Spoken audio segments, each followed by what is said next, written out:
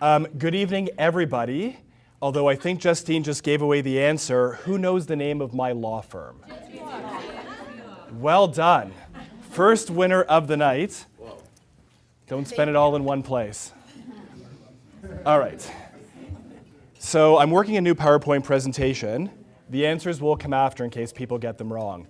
So as Justine said, and we rightly heard from someone else, I am a lawyer. I'm a dental lawyer. I'm based out of Toronto. We have a lot of clients throughout the province, including London. Happy to be here. We were here a couple times last month. We're here a couple times this month. And all we do is work for dentists. So in case you guys don't know it, I'm going to have someone shout out, what is the name of my website? Oh, what? Sorry, what? No. What? Right. All right. Look at that. I'm probably driving the video guy nuts by walking out here, but it's all right. I'm apparently the guest speaker tonight. He'll have to follow me. All right. So yes, we have a website, dentistlawyers.ca. I hope that's what he said. If no one's ever seen it before, that's a screenshot. It's a lot more exciting in real life than on a screen. Ironically, you'll look at it on a computer screen. So the next question comes, what other website does DMC Law have? Sorry? No, Dental Gigs is someone else in the industry. Anyone else? I think you have to now give me something. No, it doesn't work that way? All right. There is another website we have, dentistlegalforums.com. If you've not been there yet, likely as students, if that's the majority of the room, you haven't been because you don't need these things yet, but essentially they're custom-made legal forms for dentists. That is what the screenshot looks like from the front page. Hopefully I look better with a whole face than half a face, but that's that. So, shameless promotion out of the way. What are we here for today? Doom and gloom. What is doom and gloom to you guys these days? Anyone have an answer? Getting sued. That can be doom and gloom. The answer someone showed out was getting sued.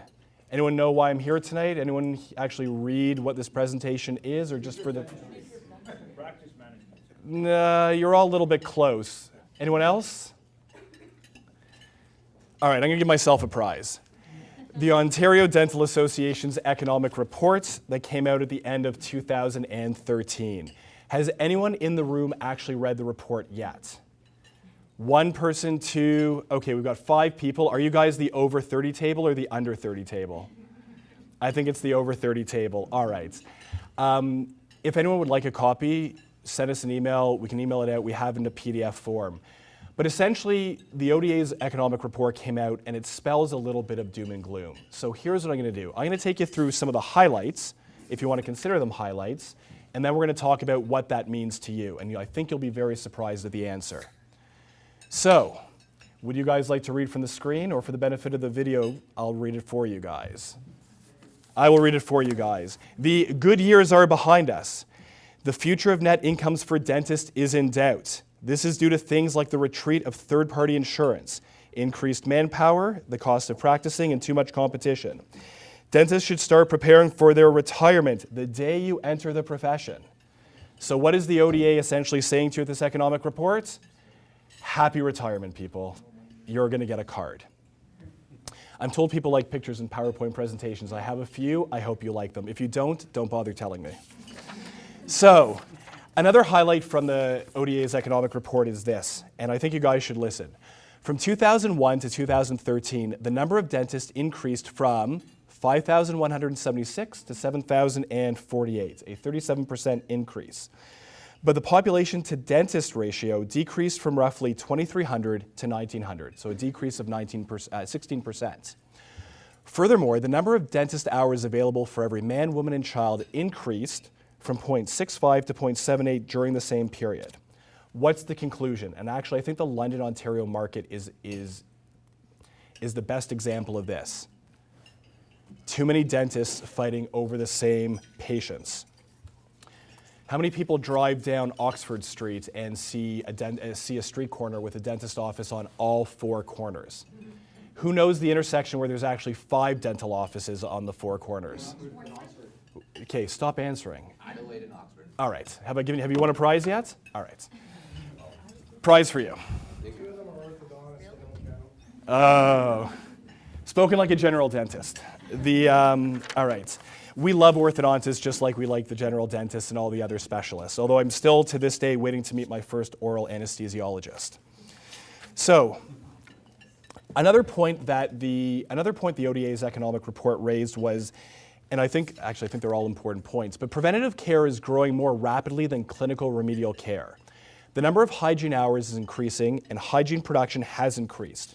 At the other end of the spectrum, dentist-provided procedures, particularly crown and implants, have increased in fees, though not so much production vis-a-vis hygiene.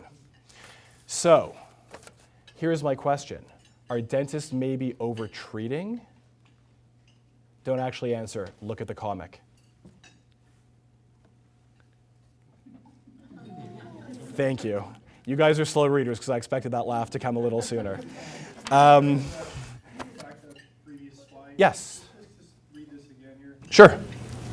Hygiene hours increasing, hygiene production is increasing, over the spectrum, crowns and implants.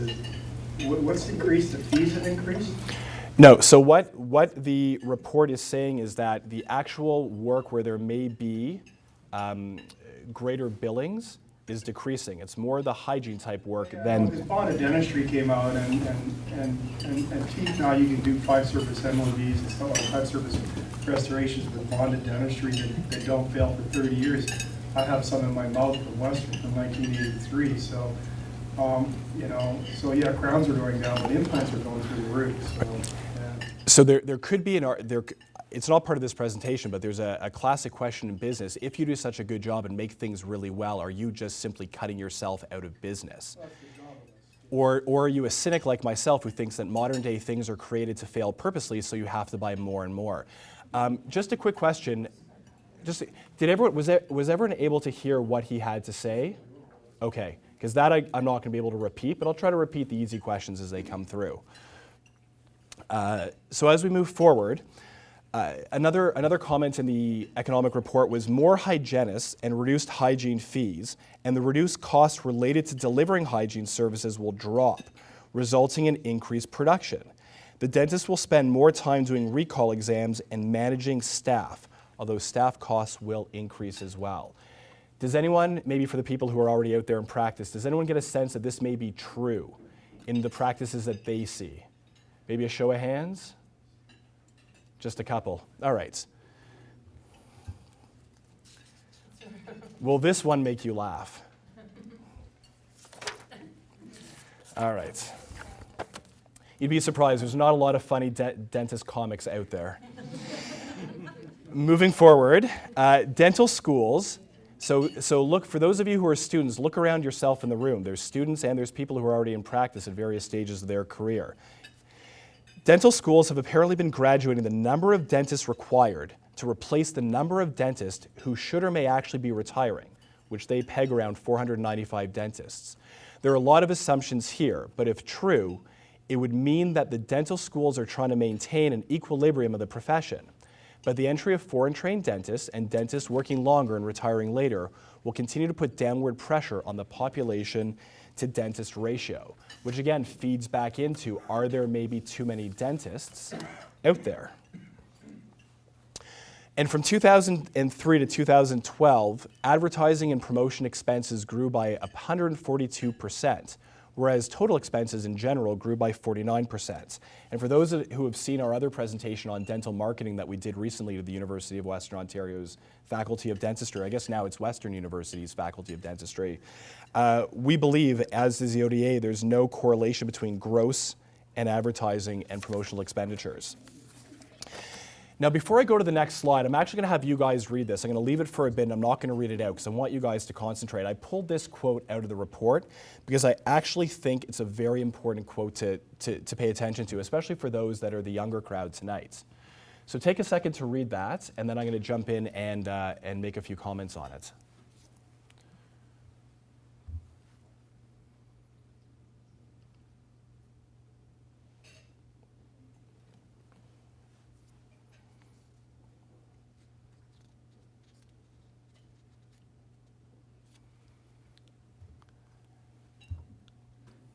Has everyone had a chance to read that? Yeah, even without your loops, you can see that okay? All right. So I've got another prize burning a hole in my pocket. Why don't one of you guys tell me what you think that's trying to say? Someone raise their hand. Whose hand's up first? Yeah, go ahead. Build your patients' trust. They'll remain loyal and do what they need. Sorry, do that a little bit louder for the benefit of the camera and the benefit of everyone else in the room. Build your patients' trust. Build your patients' trust. They will remain loyal They will remain loyal. and pay for what they need. Okay. Why will trust and loyalty result in patients paying for what they need? You've already won the prize, but I want to take this. This is now me, the lawyer. Let me take it one step further. Why do you say that? The public, by and large, will be skeptical of anybody they don't trust telling them that they need something, especially when it's expensive. So if a patient trusts your opinion, they are more likely to listen to your diagnosis of what they need. All right, so I'm going to ask you one follow-up question. You've already won the prize, but I hope you're still willing to play ball with me here. Tell me, because I believe, and I'm quite idealistic and romantic, that physicians and dentists have a special place in society as people who can be trusted by virtue of their position. They understand medicine, they're doing God's work, they can heal people. Tell me, what percentage of people trust their dentists? Because I've got an unnamed source that I'm going to cite, and I'm going to tell you what I think the answer might be.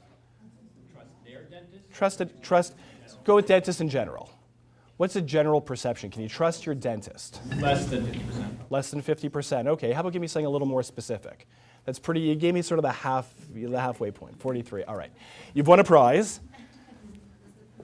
So there you go. Can you catch? I can. The question is, can I throw? I'm going to cite an unnamed source because I had a lot of great conversations tonight with people ahead of time before the presentation began, and someone was saying that historically, dentists believe that the patient population trusts them way more than the actual patients do. So dentists believe that it's between 60 and 80%, and the population only trusts dentists at 15%. So apparently you have the same source as me. Thank you. Yeah, we had that conversation earlier tonight. It can be a perception issue. I think everyone loves their lawyer. Have you ever heard someone say, "I love my lawyer"? That's because you guys aren't my clients yet. One day you'll learn to say that, but in general, people never say they love their lawyer. So a lot of people think that by virtue of their profession, there's a lot more trust. Anyways, as we move forward, we find ourselves with another comic.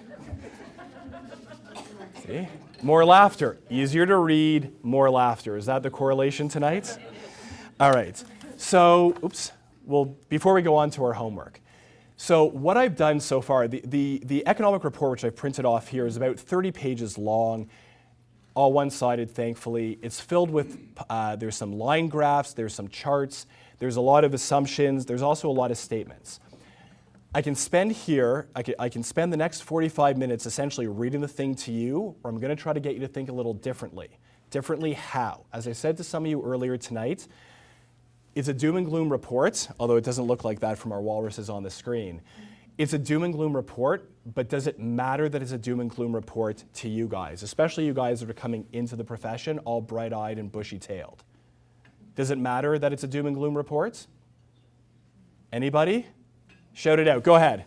It does not matter because it was doom and gloom in 1987 when I graduated, set up from scratch, and everybody said I was going to die. And I'm one of the larger guys in London. I did quite well, so I would say that you should move forward with a lot of optimism because if you move forward with pessimism, you will become exactly that. All right, so I'm going to finish the presentation. He's going to take over for me for the second half. No, I'm just kidding. I don't know if I can walk this way, but I'm going to make an attempt anyways. I would have also accepted no as an answer. See? Short answer, lots of laughs. I'm learning. No, does it have to be? The ODA's economic report's been coming out for a while, and there has been a doom and gloom scenario, whether that's meant to whip the dental population into a frenzy or try to have you guys look at other issues besides just paying down your student debts, which you guys are graduating with more and more of these days. There has been a lot of doom and gloom, but does that matter to you? We heard a no, and we heard some reasons why there's a no. I'm going to tell you why it's also a no. Have you guys ever heard the expression, what you put into a wheelbarrow is what you get out? Is anyone here afraid of a little hard work and effort? No? Okay, that's not a prize-winning question though, but that's a great answer. No, and I know, and me just speaking without knowing you guys intimately, you guys work hard. You're doing a lot of work in school, you're doing clinical stuff. Your job is not easy. So I know you guys are not afraid of a little hard work. And where's one place you can apply some hard work to? And this applies to both the over 30 table who've been in practice and the under 30 dentistry students. Oh, sorry, shout that out again? No, not recall exams. What's something you guys can do to avoid a doom and gloom scenario? Sorry, what was that? Research. No, not research. Good patient management. Good patient management is close. Good practice management. Ah, there we go. Practice management. I had the slide ready. Well done. So there you go. And for those of you that didn't bother to read what tonight's talk was about, ODA Economic Report, practice management tips. So these questions I hope are not too difficult. Anyways, as we move forward, who can tell me why practice management is important? I've already given you the answer. Why is practice management important? To avoid doom and gloom. Avoid the doom and gloom. Yes. Dental is a business, so it's not only doctor, it's a business. Yes. So you need to run the business, so that's why management is better, important. Absolutely. Have you heard me speak before? Because I always say dentistry is a business, and I'm not sitting through the classes with you guys. I know that other vendors in the industry come in, the banks or the insurance companies, and they'll talk to you about your lives as a practitioner, but you're not just dentists. You're business people eventually, and the business you're doing is dentistry. And practice management will both be good for your soul, which we'll hear about later on, and also good for your practice. So let's look at a couple of practice management tips in case they're not teaching you this stuff at the Faculty of Dentistry. I would suggest to you guys, start with a vision and a plan. Have those people, by a show of hands, for those students who are here, how many of the students have already thought about the vision and plan they might want to do as dentists? One person. One person only. All right, I've shamed a few more people into putting up their hands. I would suggest to you, if you haven't thought about it yet, think about your vision and plan of how you want to practice dentistry. And that might not be only saying, I'm going to work for children, I'm going to do pediatric dentistry, or I want to do a specialty, or I want to go work in a remote community. Think about an overall plan for both yourself and for your practice. Oh, good graphics. They're coming up one at a time, easier to read. Hire good team members. Who knows what a team member is? Receptionist. Sorry, say that again? Receptionist, hygienist. Right, reception, hygienist. Assistant. Right, the people you work with. Yeah. Stop calling them employees, start calling them team members. I think that's a very positive thing, and you'll see why as we move through. And having the right and good team members for your practice is one of the best first steps you can take. Why? And I've said this before in other presentations, when you're freezing people's mouths and running from operatory to operatory, who's sitting there with your patients? The chair side. Maybe the hygienist is poking in because they've got a rapport with them from the work they do. Maybe the receptionist is coming in to share whatever latest gossip is going on your latest and greatest favorite TV shows. But your team members are quite important because they're an extension of you, and they will help you avoid the doom and gloom. Now, those are your team members. What do all teams usually have? It's on the screen. A leader. So you guys have to think about being a positive and productive team leader. Is the best team leader the person in the room who can shout the loudest and bark the loudest and make people feel bad because they drilled down too far during a root canal and now there's crying in operatory 2? Or is the best leader someone who can maybe create the right atmosphere? You tell me. Is this your practice? Is this your plan and your vision? Yes, who would not want Superman as a patient? But no, if you look at that, I don't think that's what people are going for, and I think you're going to be looking for something better. So if we're just going to go back for 1 second here, you want to start with the right vision and the right plan. After you've got that vision and plan, find the team members that are going to help you achieve and bring to life that vision, that plan. Be a positive and productive leader, because your team members will follow you and will learn from you. Avoid what I would call the cycle of violence. You're going to berate a team member, we'll call them a staff member in this scenario. You're going to berate an employee. How do you think they're going to talk to your patient? And then to go back to our friend in the back row, are you creating loyalty and trust amongst your patients? The answer is likely no, and you're not creating the right atmosphere. So, you're going to have a team in place. Are you going to seek a high-performing team?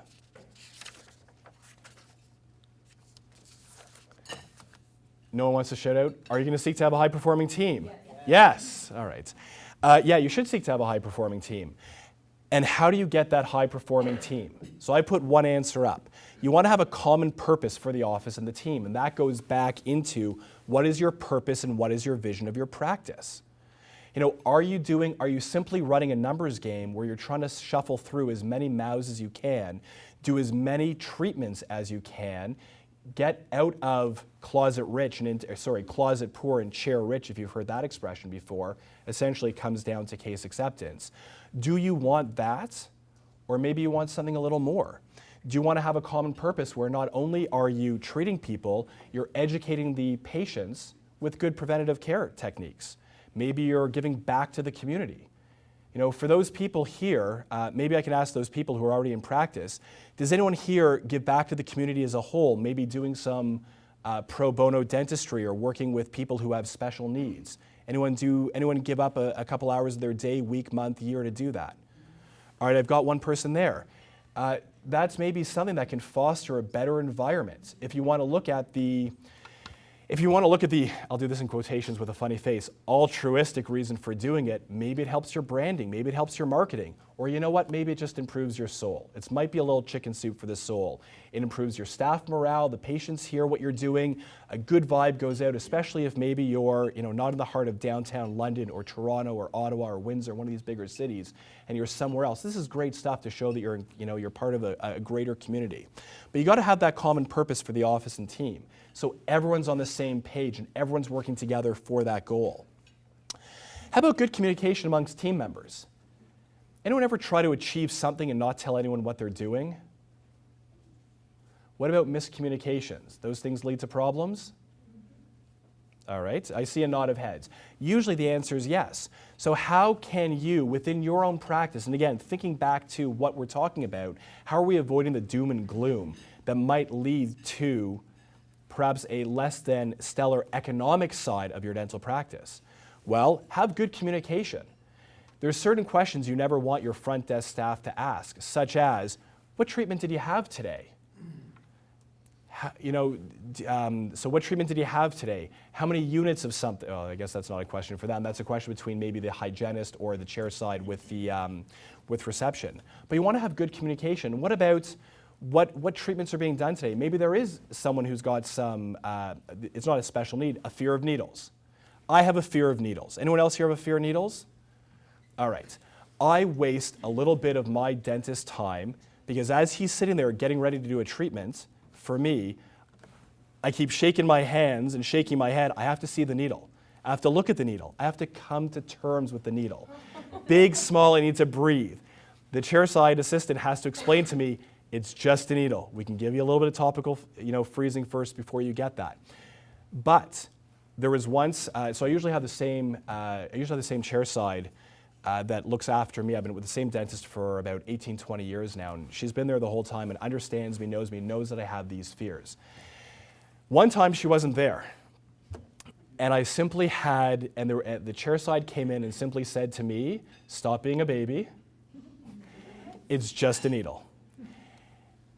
Could some good communicate? Now, I'm a big boy, I can handle it, it was all right, I explained I need to see the needle, I'm that good sort of Saturday morning, 8 o'clock patient, I'm in, I'm out, limited questions. But could that situation have been avoided to a person with a little less fortitude than I have by having good communication? Yeah. Could you have had a morning huddle, as I call them, and had a meeting with your team before the day began, 5 minutes, hey guys, this person's coming in today, or hey guys, the dentist has to leave early, or hey guys, I know the dentist was at a wedding last night, drank a lot, let's be extra quiet and not use loud voices. There could be a hangover in the office. Joking aside, can you have a morning huddle? Everyone understands their roles and responsibilities for that day. Do you want the hygienist, for example, having arguments on who's setting up the operatory they're working in for the day? What about the chair sides if there's multiple operatories? Do you want to have those arguments in your office for the day? Feel free to keep shouting out answers. No. I think the answer to that is no as well. Anyways, I'm babbling on. The answer is good communication amongst team members. Meetings, huddles, maybe you have maybe just one part of your office if you've got a really large practice. Maybe you've got 14 people in the office that day. There's practices out there that are very large. Good communication will avoid a lot of problems. Same thing, if we're talking about having a high-performing team, so we've got the good communication, we've got shared goals and visions. What about having recognition and appreciation? Who here thinks, by a show of hands, or shout out, who thinks recognition and appreciation is good for morale? Yeah. Okay, I heard you first. Yes. Thank you for answering. Your answer is very much appreciated. You're a great participator. Don't ever lose that effort. It may sound silly to say, but sometimes a kind word goes a very, very far way. And not just with your team members. How many people here have ever thought to say to their patients, I really like patients like you. You show up on time, maybe you ask good questions, or you have trust in the treatment plans we're suggesting. You don't complain too much, you're not a bleeder. Who here thinks saying nice things to patients can go a long way as well? I do. All right. All right. Apparently you guys have now caught on that prizes can come from the easiest of questions. No, but in all seriousness, recognizing and appreciating your team is only part of the puzzle. You want to have a really great office. But what happens if you're already in practice and maybe you've got a few areas you could improve upon, because a high-functioning team, a high-functioning practice will translate at the end of the day to having, to call it like it is, better sales or better billings or better case acceptance. Oh, we forgot something. Don't forget empowerment of team members and tracking productivity. So this maybe is a bit of the clinical side to building a good team. You got to watch what your team is doing. See if you can track the productivity.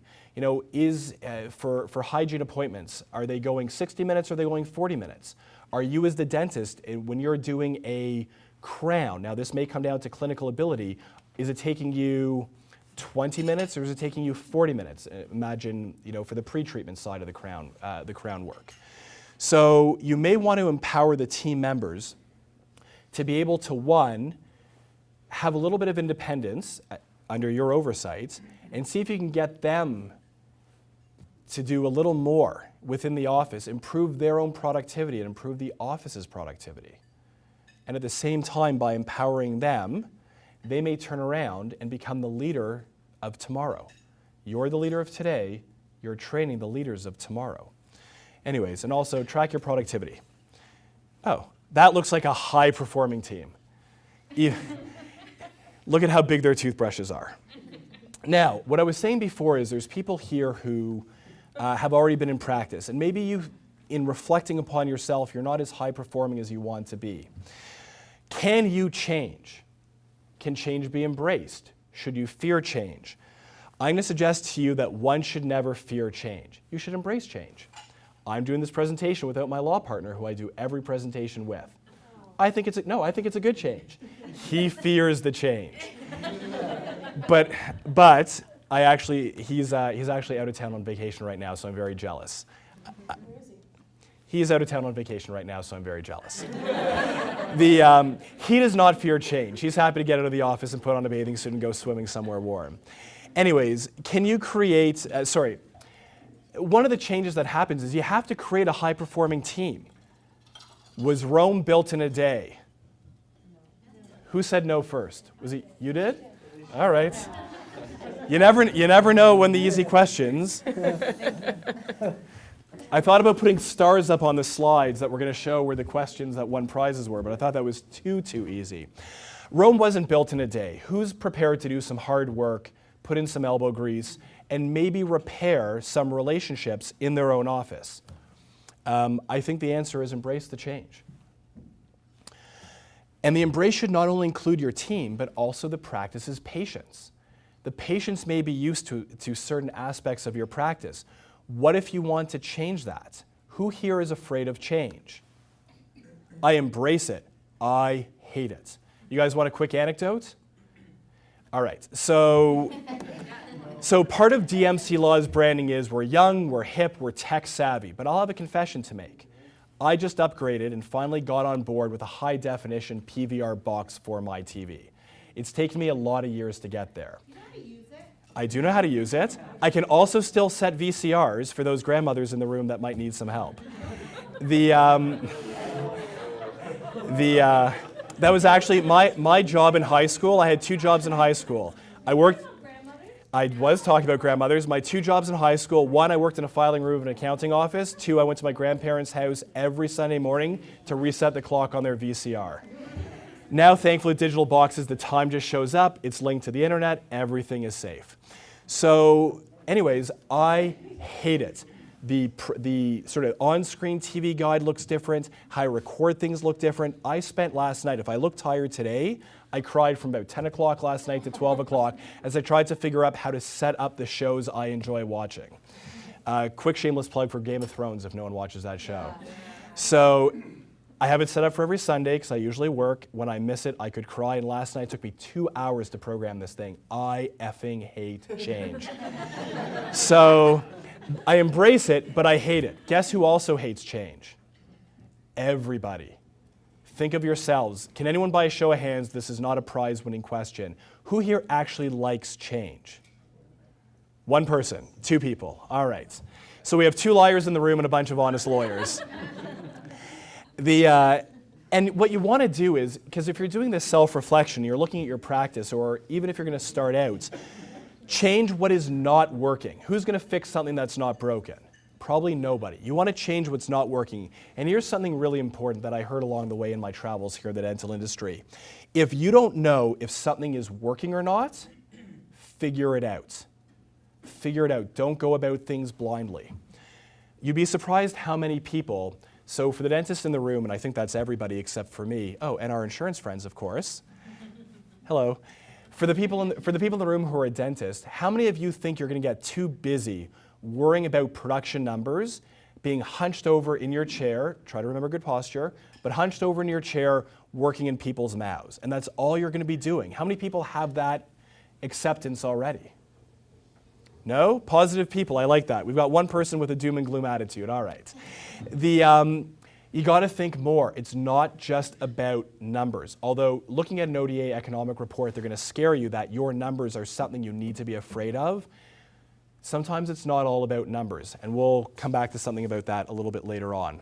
This, again, it will be some chicken soup for the soul. So, good news. Change could be ahead, regardless of whether you go straight or to the right or somewhere else. Now, who can tell me what might be a very difficult type of change to a dental practice? Shout it out, someone. Changing the dentist themselves? Okay, changing the associates. And what do we call an associated dental practice? No, I'm asking you. What do we call everybody in our dental office? All right. All right, all right. Team members. You've learned something. Changing associates can be difficult, and that's why for those of you who are maybe going to think about buying a practice, one of the greatest assets of your practice is your team members, or in this case, the team that's transitioning to your ownership position, because they're the ones that have a lot of rapport with the patients. Not what I was looking for, though. Another question. What change might be hard? Loss of long-time employees. Loss of long-time employees. All right, anyone from Zavitz Insurance know the answer because it has an insurance touch to it. What might be an easy change, a hard change? It's a lot of employees here from Zavitz Insurance. Shout something out. All right. How about getting people from assignment to non-assignment? Is that easy? No, there's a lot of heads shaking no, and I heard even someone was swearing to God and saying, God, no. You are correct. You may have to do some prayer to whatever you want to believe in to get people from assignment to non-assignment. That's a change. That's going to be hard. But it may also be more productive for your practice. Does everyone here know what I mean by non-assignment versus assignment? Yeah, actually the insurance people didn't know. All right. Okay, someone in the back of the room explained it. We got it, thank you. What about achieving better case acceptance? So I've mentioned that a couple times. So is that an easy change or a hard change? This is not a prize-winning question, but someone raise their hand and tell me what you think is going to help get better case acceptance to avoid some ODA doom and gloom. This is actually an easy thing to answer because. A little louder. Easy thing to answer. Yeah. Right? You need an intraoral camera in your office. You can take a picture of the problem and then show the patient examples of similar problems and how you rectify them, then show them their problem, and then they get it right away. Okay. They cannot get it from an x-ray. So if they can see a video picture of it and they're educated, then they get it, because no one likes to sit around and wait for the old dreaded Yeah. briefing. Now you have a little salt and pepper in your hair, so I can imagine you're a couple years into practice, correct? Sorry? I've been doing it for a while. Been doing it for a while. Traditionally, what you're talking about, the intraoral camera, was it just a mirror before, and now it's the intraoral camera? Here before, Right. but it's much easier on today's technology when you can blow it up on a computer screen that's as big as your Sony TV, and then they can see it and they can understand it, and then it takes the trust factor out because now they're educated. Yep. And they get it. It's not a car salesman anymore. So even dentists can learn things as well, but that's correct. That is patient education, but that's also investing in your own technology in your own office and building the trust and the loyalty with your patients. So these things kind of all feed into each other. Is eliminating patient fear an easy change? So you know I'm the guy who's afraid of needles, but what about, think of a different type of, someone shout out a typical fear that a patient may have when it comes to dental care. Sorry, shout it out louder. The drill? The drill? Yeah. All right, so we heard the drill. You're looking at me with longing eyes that you need. Have you won a prize already? No. All right. Okay. All right. See? My kids look at me that way as well, but it doesn't get them extra candy. All right, so now I completely forgot what his answer was, but give me another answer. So we're afraid of the drill. What else are patients afraid of? Pain. Absolutely, pain. Does dentistry have to be filled with pain? No. No, it does not. What about bleeding? There are people who, even with good oral care, just have weak gums and tend to bleed more than others. Sometimes people are afraid of the sight of their own blood. And actually, if we're going to go back a step, what can eliminating patient fear do? What can eliminating patient fear do? Say it out loud. And look at that, it comes right back on the screen. Better case acceptance, you're correct. So again, everything kind of feeds into something else. What does it take? I'm going to say common sense. Eliminating fear. I've got to change your mindset here. Tell me. Eliminate fear. I'm sorry. You embrace fear. Okay. So you don't ask someone to eliminate the fear. I'm terrified of snakes. All right. Terrified of heights. I'm not going to get rid of the fear. I have to embrace it. Right. By embracing the fear, you'll get acceptance. Okay. So when we're embracing the fear, potentially one way by using some patient education, by having good team members there that can support what you're trying to accomplish. And I would also say drugging patients, but that's just for me. It's important not to deny it. No. Yes. You've got to acknowledge. You've got to be heard that you're fearful. My therapist would love you because my therapist would agree. You don't block things out. You face it. You accept it. You deal with it. You move on. And for those of you, it's the therapist in my own head. Works very well. And having patients understand the value you, your office, and your team brings to the patient. There is value. A lot of times, and I think if you've seen me at these presentations before when my law partner lets me give my 2 cents, I personally think the biggest things holding patients back is fear and perceived lack of value. It happens with lawyers as well. People are afraid of their lawyers. They're afraid that every time they call to ask a question, they're cutting a check for $1 million to the lawyer. Or they're afraid to tell the lawyer everything that's going on because they think someone's going to judge them, when really the lawyers are the safest people to talk to. We're also the safest people to give $1 million to. But no, but also it's the perceived lack of value is also a problem that lawyers have. How does someone appreciate the work that my office does for them? What's their basis of comparison? I had my front 4 teeth crowned for clinical, not cosmetic purposes. And I've said this before, I recognize a few faces. I've had it done. I have no idea if my dentist did a good job or not. I'm there on trust and loyalty. I've got the right people in his office that were encouraging me appropriately along the way. They weren't nudging me saying, just say yes. But they made me understand the process through proper education. But the value, I don't know. Now, I happen to work for dentists and only dentists, so everyone says, let me see your teeth. And so they've been peer reviewed rather nicely. But low smile line, you'll never see them.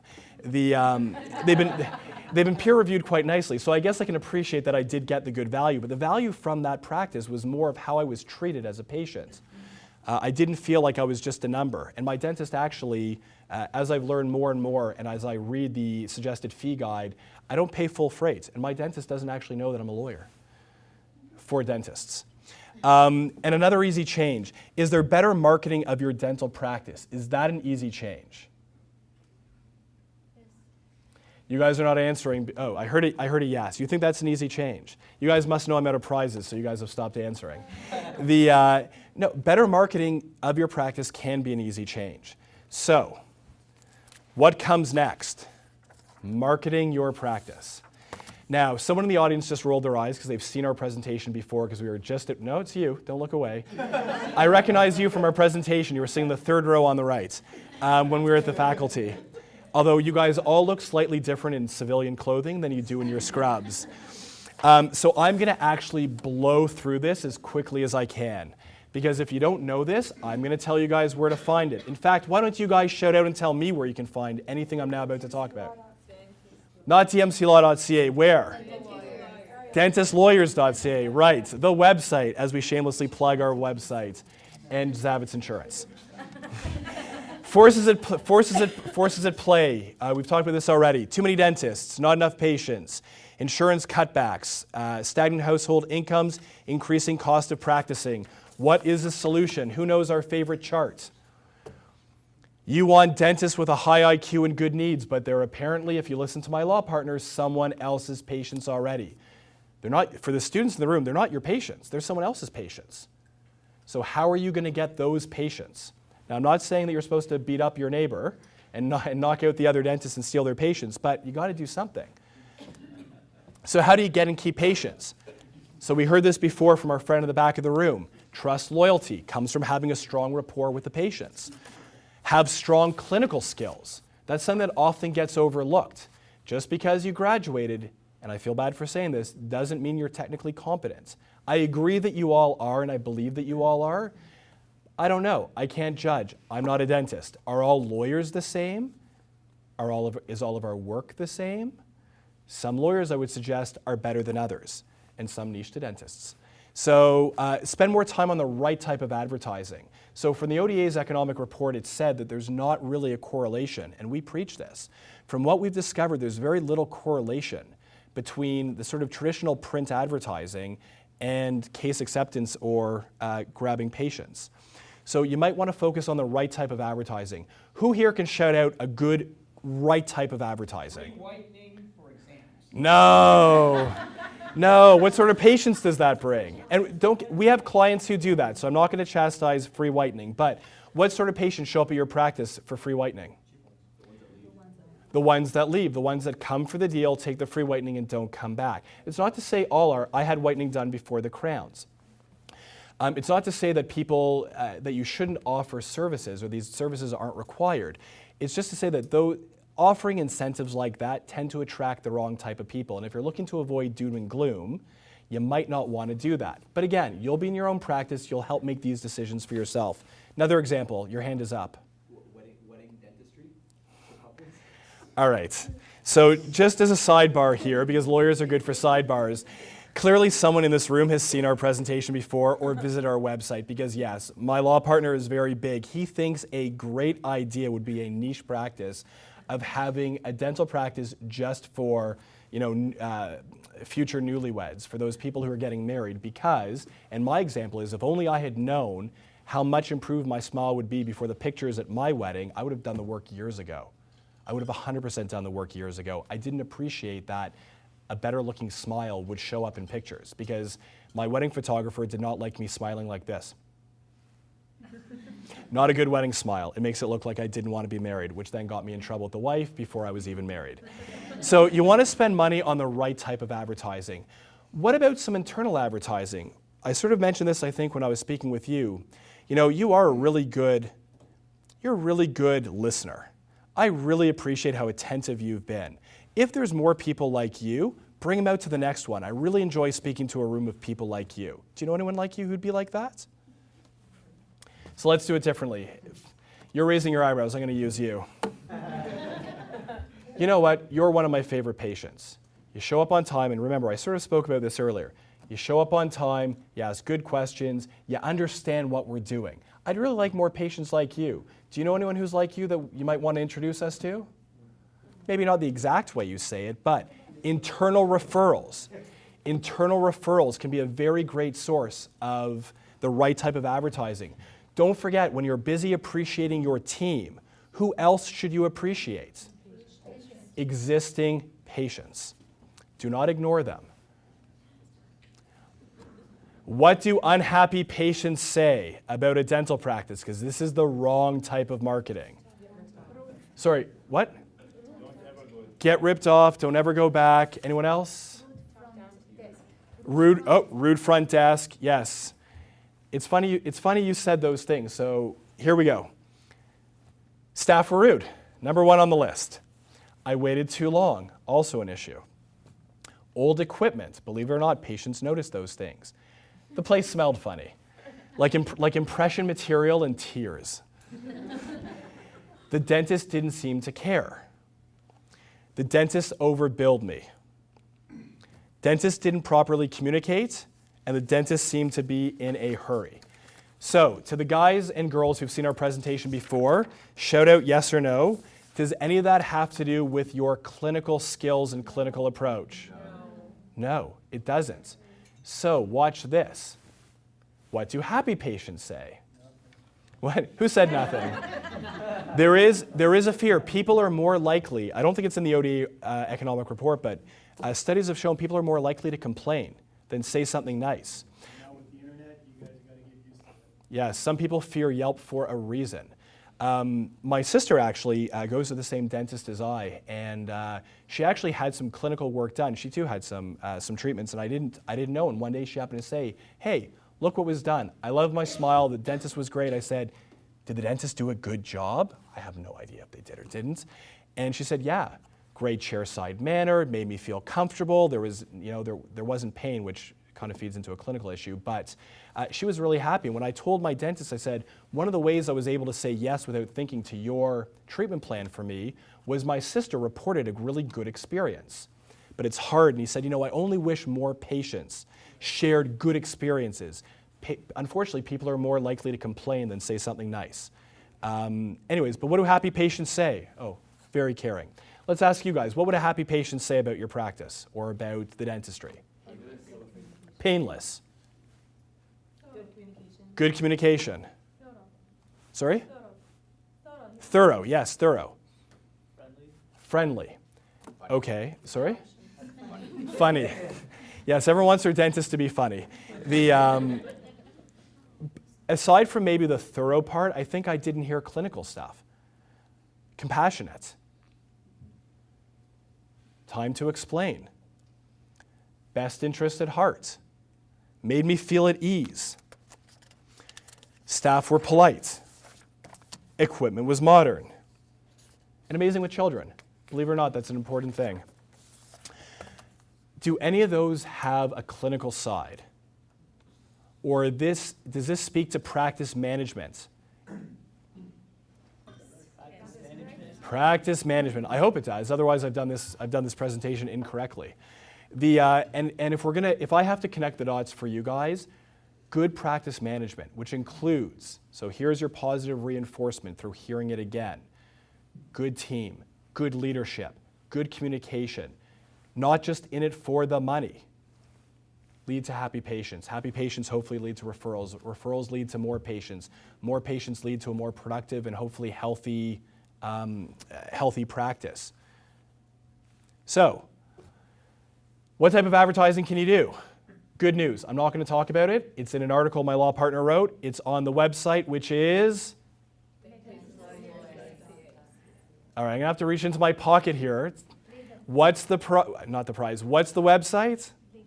Right. Yeah, you guys don't fall for that anymore. All right, go to the website, there's an article there. What's the plan? So in honor of my partner who's currently swimming somewhere warm, niche it, brand it, spread it. Who wants to know more about niching it, branding it, spreading it? And that's not something you're doing at the bar at the Ride Out on a Friday night. What are you doing with niching it, branding it, and spreading it? I guess for the benefit of people who might watch this on the screen later, that was a bar people went to when I was an undergrad here at Western. Our niche practice is the future, so the question about the dentistry for newlyweds, where can you find it? On the website. You don't have to shout it out. I think you guys have it by now. And one thing that we like to preach, and one thing that I think you guys have to really focus in on, is dentistry utility or a lifestyle enhancer? Lifestyle. Okay, lifestyle enhancer. Why is it a lifestyle enhancer? Aside from my example of wishing to have better looking wedding photographs. Because I'm not pretty to begin with. I needed better teeth. Why is it a lifestyle enhancer?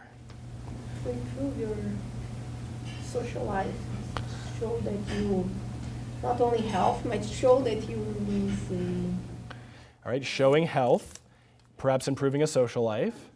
All right. So, self-esteem, all great points. No one seems to value or spend or wants to spend money on utility products or services. So the classic example is, how much do you spend on a pair of gym socks? The answer is usually, I get them in a bag of 10 for 20 bucks, or I get them in a 6-pack for 15. But how many of you guys are going to spend stuff on lifestyle enhancements? Look at the Prada bags at your feet. People value and are happy to spend money on products and services that promise to enhance their lifestyle.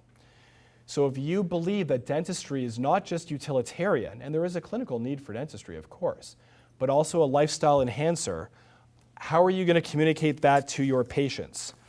I think you might want to find a way. So my trivia question, I probably should have saved a prize.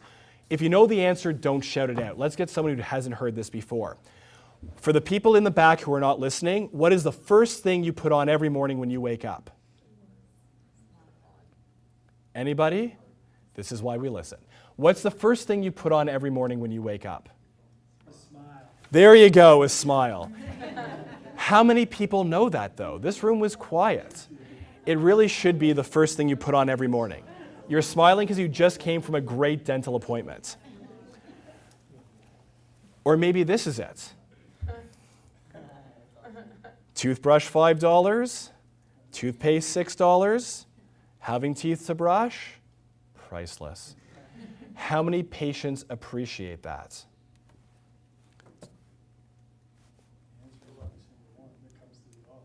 Sorry, you're saying the answer is everyone who comes to the office? Everyone that comes to the office appreciates that 100%.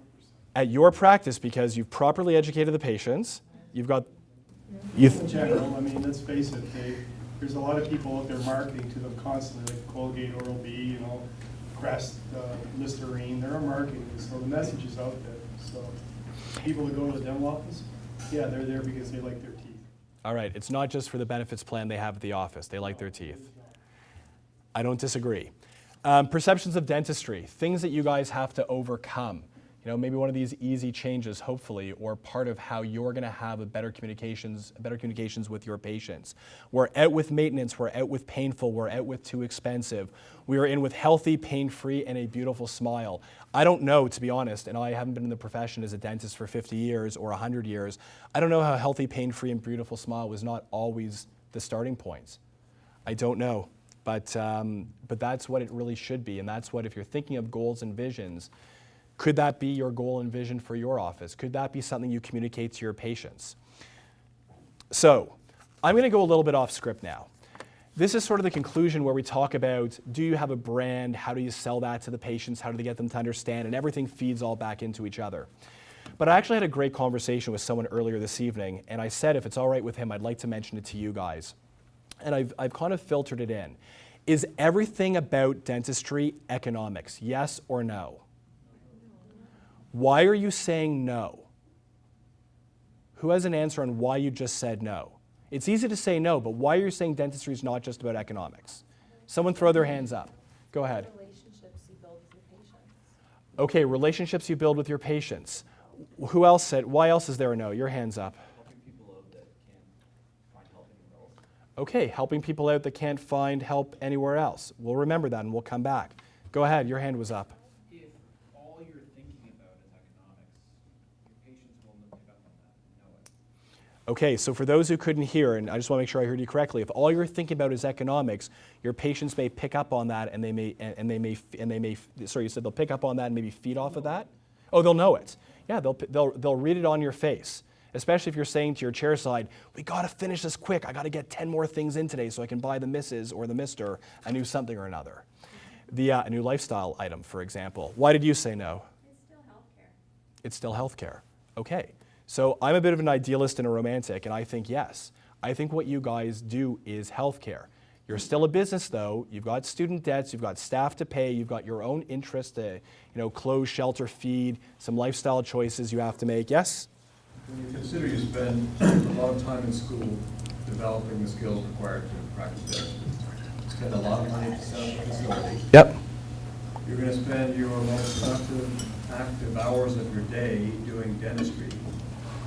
If you don't find gratification in what you're doing beyond the economic return, you'll burn out. All right. And have we heard stories of dentists burning out before? Yes. So maybe if we're thinking here, and again, I'm going off script, so forgive me, what's something that maybe you guys, especially for the new people coming up in the ranks, what's something you can think about doing that may bring a little more of the non-economic focus, or maybe some of the other things we've heard on why people said no? What can you guys do as new young dentists to maybe make a change, whether it be an easy change or a hard change? Anyone? Volunteer. Okay, where are you volunteering? Docs programs, outreach programs. Okay, so we've got volunteering at specific programs. Anyone else have an idea? Oral hygiene instruction in schools or something. Oral hygiene instructions at school. Okay, that's 100%. That's a great idea. Are you talking about public school? Are you talking about high schools? Talking about university? Where are you speaking of? Start young, let them understand. I'm actually going to specifically ask someone in the back of the class, or the back of the room, do you want to share something that people can do? If I put you on the spot, forgive me, but we had a good conversation. I think what you said was very appropriate, and maybe something good to slip into this part of the presentation. I think there are lots of things that can be done. I think that pro bono work, doing work for individuals that can't afford the dentistry, working with geriatrics, working with special needs, volunteering for organizations, working for professional organizations, volunteering for professional organizations will get you far more than what you will otherwise get by just sitting in your practice on a daily basis. Sometimes a little bit of brain health goes along with oral health care and heart health and all the other types of health you're supposed to maintain. So we actually, by way of a story, we have a couple of clients at our office, a couple of dentists who actually spend a little bit of time each month. They open up their office and they're doing scalings and some recall type appointments for people who they're low income individuals. And they open the door and they say, for this day, come on in. They're quick appointments from what I understand, but at least they're getting some degree of oral health care, and at the same time they can have someone there giving some patient education at the same time. It's something that might not be available to everybody, and I think it's actually a great thing. And you want to know the best part of the story? When we asked about it and we said, how does that come into play at your office? They said, you know what? My staff, I said not staff team members, my team members cannot wait to do those days. They find it rewarding, they find it uplifting, it's great for team morale, it gives you guys a common goal and a common purpose, and it takes away that element of money, money, money all the time. Are you giving up? Say the average dentist in a general dental practice is maybe billing, what are you billing in a day? $2,500 to $5,000, depending on the city, the region. Does that seem like a fair number to you guys, what maybe some of the banks are telling you or whoever's speaking to you? You're gonna give up half a day. You guys are in a privileged position. I'm not saying that you guys should hurt yourselves in the process, But is it such a horrific idea to pass up on a couple of hours or a day's worth of work in order to help out the greater community? One, do it for the dentistry profession as a whole. Two, do it for team morale. Three, and this is, I sort of said before, the altruistic purpose, it's actually great marketing and branding. Show that you care. Don't just say that you care. Caring, I think, is very important. I care about each and every one of you guys in this room today. You don't know it yet. I do. And it's not just because you guys are some sort of means to an end. You're all really interesting people. You're probably going to have a problem, or you're going to want to try something down the road and you're going to need help. And I can't wait to help you guys. It would be my pleasure to do that. Because if I can help you guys along the way, it's going to make all of you guys better. Because you're going to end up telling other people about it, and the word's going to spread. Going back to the niche it, brand it, spread it, it's all part of it. So imagine you guys are doing a little bit of pro bono work as well. So I'm going to leave you guys on that thought process. We're going to skip over all the what is a brand, spread your brand, connectors, mavens, salespeople, and the book, The Tipping Point. The book, The Tipping Point, with your salespeople, mavens, and connectors. And I want you to think about this, especially for those coming out of school. You guys still control your own dentistry. You haven't started working for a principal yet that's maybe a little more set in their ways. Or you might be opening up your own practice right away out of school. The trick is give these things some serious thought and don't let the ODA scare the crap out of you that you guys are essentially ready to retire the day you come out. So with that being said, I see people already clapping. I'm going to take my leave. Thank you guys. I appreciate your time. And if anyone has any questions, we can do it now or we can do it after. Your choice, Justine.